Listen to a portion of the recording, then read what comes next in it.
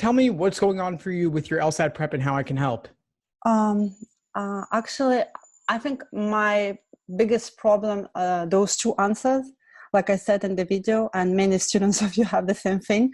And sometimes my head is working well and choosing a good answer. And sometimes I'm choosing, it depends on the day. It depends, I don't know, how everything is going around, if I have a little stress. And sometimes I'm just wondering, how can I work on that? You know?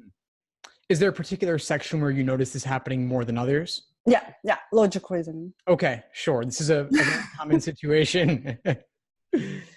Well, one thing I want you to think about is that when you're down to 2, you're not always getting it wrong. Sometimes you're guessing and getting it right. Mm-hmm. So you want to notice all of the times that you ever have any doubt in the slightest about what you're picking, and then you want to review those questions later. Mm-hmm. I'm doing that. And I will not say that I'm doing that 100% because sometimes, we put on the side and it's too late, time passing. If I'm not doing it immediately after, it seems like it's too late. I do not, if I'm doing it like in 2 days, it's not good. I have to do it immediately after. And sometimes we don't have time. So, I think that everything is connected to the stress level, and I don't know how to make myself working only on that, thinking about anything, nothing else, Mm-hmm. This I don't know to make. I think I'm very stressed before I start to prepare all the pencils and everything. I'm already stressed. Like I feel, my first session, will it be logic games and why I like logic games? Will it be reading comprehension? It will be not good. My first session in general. It's like prep, when I'm practicing sports, I'm practicing taekwondo. In the beginning, if we're not hot, we do not make it well. We don't feel comfortable and we don't have speed. We don't have we're not still ready. So it's like this with my first session in general. That makes a lot of sense. So the idea of a warm-up, you find a warm-up really helpful in taekwondo. Mm-hmm, mm-hmm. Have you ever tried doing a warm-up for the LSAT? Yes, but with the timing, the problem is that I'm also I'm ready to go, but I'm not okay, I will prepare everything, like an hour before. I'm not such a person. I always have something to do, and the problem is that. So I don't know, maybe put some kind of a schedule. That's why I wanted to speak with you. Maybe you can suggest me, you have a lot of plans, right? Like prep plan, like schedule. Maybe I buy something like this for myself, where I can schedule like an hour before the examination and prepare and be ready and warm up. I don't know.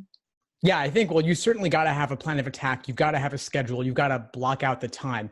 One thing that stood out to me in your prep materials that you sent me for our conversation today is that you indicated that your studying wasn't necessarily that consistent because you have a lot of other things going on. Mm-hmm. So what else do you have going on? Are you working? Are you in school?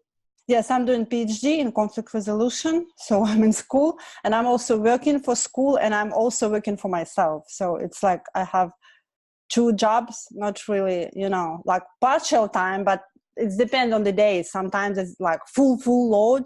So I never know exactly how it will go. And it's true that a lot of things are going around and I'm not from here. So I'm still working with France sometimes. And we are working also, I'm sometimes working in the night, like 3 a.m. I'm still not sleeping, depending on the days. And that's why I think that LSAT make me stressed because only I think about that.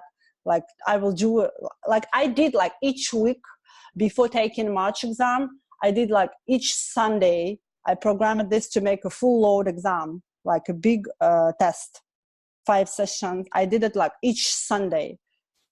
But once only I could not take it. And it was like, I was upside down because all my schedule went wrong. I did it on Monday night. It was not good. It was absolutely not good. That's why I think if I will have something like professional schedule, not my schedule, but something with professor who will assign, and then it will help me. I don't know. Maybe I'm wrong, but I think. No, I could certainly help you craft something like that. It sounds like you do need a plan of attack, and you also have all these competing obligations. And we're only human. We only have 24 hours in the day, and we need to get our sleep. Especially the LSAT requires us to be sharp and at our peak performance, kind of like if you were doing some Taekwondo match or competition and you didn't sleep enough the night before, your performance will suffer. The same is true of the LSAT. The LSAT requires a mental sharpness that Taekwondo also requires. And so I guess my next question for you is, when are you taking the LSAT? When are you registered for it?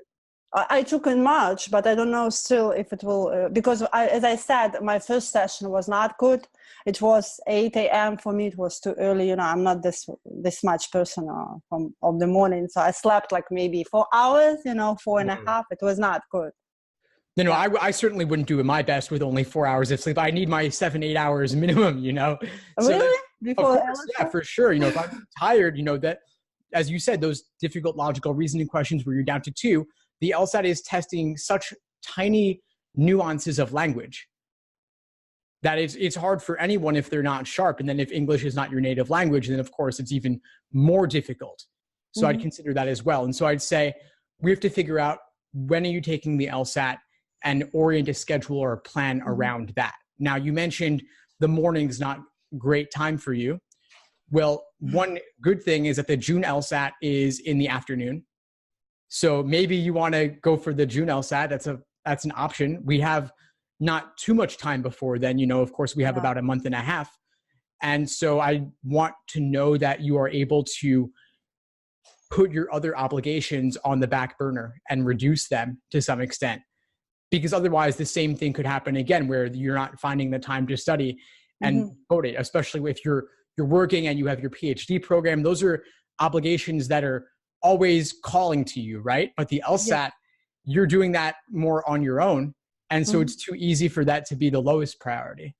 It's like, it's my first thing to do, but sometimes, you know, we're obliged to do something else. So like, that's why if I will have some kind of a professional schedule, I'm quite consistent person. So I will believe in that. You know, I will work according to that, and will put this like the most important thing. Like now it's the end of the semester and PhD program. So I think not to take summer classes because I want to prepare for June start. Because if I will take classes again, it will be the same situation. Even if it will be at noon, LSAT for me at noon, of course, is perfect. But it's still, if I will not have time to prepare, it will be again the same story. Right. So this requires that you block off time every week for the LSAT. Is there a certain day of the week when you don't typically have other things scheduled, and hopefully maybe a couple of days like that where there's yeah. So what days are like that? What days are your off days? It's one of the at least one day, Sunday or Saturday, at least one. I can do both, but for the moment, like now, it's only one day because I still have to work on Saturday. And then it can be Sunday, and it can be, I don't know, say Wednesday, Thursday I can't, but Wednesday, like in the middle of the week, or Tuesday can't be the day also where I can assign half of the day. Or great. So if you could take half the day, that'll make an enormous difference for you. Now, It's still not ideal, but if you could get 4 hours on Wednesday and 5 hours on Saturday or Sunday, that's nearly 10 hours a week. And that's really the minimum I would recommend. Ideally, you want closer to 15 hours or 20 hours if you can get it. And so that requires some balancing with your other obligations. Maybe you could take a break from something, or the PhD program. Maybe your thesis or dissertation is not due for a while, and maybe you can delay working on that for a bit, just because the LSAT is a more pressing priority in the short term. And then of course, your alternative is to go for a later test date, maybe mid-July. There's one in mid-July, or maybe one in the fall. Now you'd have to check about whether those are administered in the morning or not. I think most of them, they're in the morning. I think they're in the morning. Yeah, I think most of them are in the morning, but you kind of have to deal with the situation as it is. And maybe that means that you just practice waking up early in the weeks leading up to test day. So if you're waking up at 9 a.m. now, you start moving it back 15 minutes at a time, maybe 15 minutes each day or 15 minutes each week, but set up a schedule for yourself where if you want to be waking up at 6:30 or 7 a.m. on test day so that you're ready to go at 8:30, 9 o'clock, that's what you want to do. It takes time to adjust. No, I know, but it's so hard. That's why, as I said, if I have something like I believe in, and I will, in general, will be consistent with that. I just need something which press me, on the side. I know I have to do that, in writing. And so if I can work something out with you, like a plan, will be perfect. Yeah, well, the day-by-day study plans, they do lay it out for you exactly what to do every single day over the course of your prep. And they assume that you're doing about 15 to 20 hours of studying per week. And so you'd want to be performing up to that level. But if you can't, that's okay. You can make the best of it. The schedule is more important for the level of specificity about what to do than the particular day-by-day breakdown. Now, none of my schedules have anybody studying only 2 days per week, because the LSAT really does require more than that to achieve your fullest potential. Yeah. But the specificity about what to do is really the most important thing. And so if you have to load more of your work on Wednesday and the weekend, and you can't do as much during the week, that's okay. It's still good enough. The idea is that you're consistent and you know exactly what to do, meaning you read these pages in this prep book, you read these articles on my website, then you can read these specific practice problems from the books of prep tests. And so I'd say for you, let's say if you want to go for the June LSAT, maybe you want to get the 8-week schedule, and that will break it down for you. Or if you want to go for the September LSAT, then maybe you want to go for the 5-month schedule, and it'll be broken down for you. I'd say honestly, for you to achieve your fullest potential, given everything else that you have going on, I'd say it's either you should cut out one of the things you currently have going on, or you go for September instead. It's not my preference, because as you know, I'm not a traditional student, and my age is pressing too. I don't want just to be 50, and go to law school. Well, it happened, but it's not my priority, it's not what I wish. No, of course, I completely understand that. But at this point, even taking the June LSAT, you'd probably want to be applying this fall to start law school in 2020, right?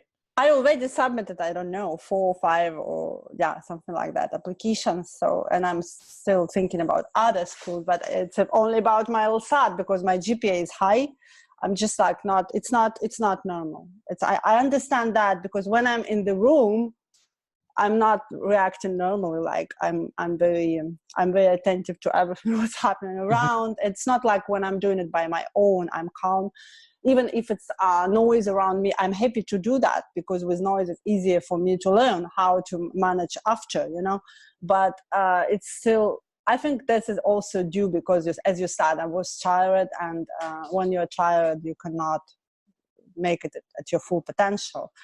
And so, yes, I have to work on my own schedule. And like you said, I will cut off my classes. I cannot do with classes. I will cut off this and it will work, but it's not possible to do. It's not normal. And then for reading comprehension, I wanted to speak with you very shortly, because I don't know what time is it. Maybe we have to finish now. I don't know. You have someone else. I could stay a couple of minutes just to wrap up with you. Just 1 minute about reading comprehension. Maybe you have any advice for me, because like with the reading comprehension, I would say that sometimes I want to sleep. It's so long, and it's not like games. I'm like, I'm in shape. I like it, but even logical reasoning, I can. But with reading comprehension, sometimes it's too long. How can I manage that? Well, reading comprehension is definitely boring. It's meant to be boring. It's written that way. And so a couple of things. One of them is don't get bogged down in the details and all the evidence. Try to just walk away with what is the main idea and what is the author's opinion, if any. Just, and don't think about other things like additional information, right? Yeah, you don't want to spend time bringing in your outside information, of course, or outside knowledge. It's limit yourself to what's in the passage. And the other thing I would say is try to caricature or exaggerate the different viewpoints to make them more engaging. So if there's 2 different groups with 2 different viewpoints, try to give each group a name and exaggerate their point of view so that you can better relate to them. I can go, if you let me know which class you're going to join, then I'll make sure to talk about this during the class to go into a bit more detail there. Great. Then the final thing I'd say on reading comp is you want to make sure to take very few notes or none at all. The people who do the best on reading comp spend very little time writing things down, highlighting, underlining. Really? It takes too much. Because I'm highlighting a lot. Okay. So maybe try a radically different approach and see what it does for you. It may take a few trials, a few attempts, a few sections before you start to get a rhythm. but give it a chance and see how that can impact things for you. Just read it. Don't pay attention to write, because when we start writing, we don't read it right. We cannot do two things at the same time. And it's also just taking you too long. You have the severe time constraint. Okay, great. Now, thank you so much, Steve. I don't want to take any more time of you. Of course. Now, before we go, I just want to end on one thing, because you touched on this earlier and I didn't really address it yet, which was the stress. The stress, which is real, the distractions, which are real. And I just want you to remember that while the LSAT as a whole is, of course, very important, no one particular test day is especially important, because you can always retake, and law schools do not average multiple LSAT scores. Yes, I know that, but yeah, it's true. It's true. And remember that now the LSAT's offered more frequently than ever before. It used to be only 4 times a year. Now it's going to be 9 or 10 times a year. Okay, I didn't know that. Okay. So now you have, even just in front of you now, there's June and July, then there's September, October, and November. Oh, so okay, I didn't know. Five more times. Yeah. So you have many opportunities before you, and you said that you don't want this to delay your law school applications any further. And let's say March went great for you. Maybe you're done and you got the score you're happy with. That would be wonderful. But if maybe you didn't, and that's okay. But you can take it again this summer or this fall and apply for the following cycle. And I know that nobody wants to wait a year, but even just getting a few points more on your LSAT score could get you significant scholarship money or get you into a better law school. And so the value or the benefit of waiting that one additional year could add up to essentially tens or hundreds of thousands of dollars over the course of your entire career. If you graduate without debt, or you graduate, or you go to a top tier law school or top 14 law school, that's going to completely change the trajectory of your career. But do you think at my age, because I'm, I'm not traditional, as I said, I'm 38. So do you think it's not something which will be a point less? No, if you're not that old, please. You're making me feel old now. But you still, even now, if you're 38, you still have a good 25, 30 years of your career, assuming that you retire at 65, and maybe you won't, right? So yeah. I'm very in shape, so it's not a problem for me, but how they will look at, as I'm foreign student, and I'm also an older student, how that's also making me think about that a lot. Well, the work experience and the PhD will make a big difference for you. And if anything, they like to see that. They like to see that you're going into law school mature, and that you're taking it seriously. A lot of people who are going directly from undergraduate, they don't like that quite as much, because they don't know if that person has a real sense of what the law school commitment is, what the investment is, and they're disciplined to put in the work. Mm-hmm. I agree. Thank you so much, Steve. Thank you. Oksana, you have the track record of your work experience and the PhD program, which of course are taxing things. And I think the Taekwondo will also add something interesting for your application as well. I wrote it in my statement. Awesome. I'm glad. Yeah. Thank you so much, Steve. I hope to see you soon in your class. I will email you back. Okay. Great. It was a pleasure connecting with you, Oksana. Take care. Thank you so much. Have a great day. You too. Bye. Thank you. Bye.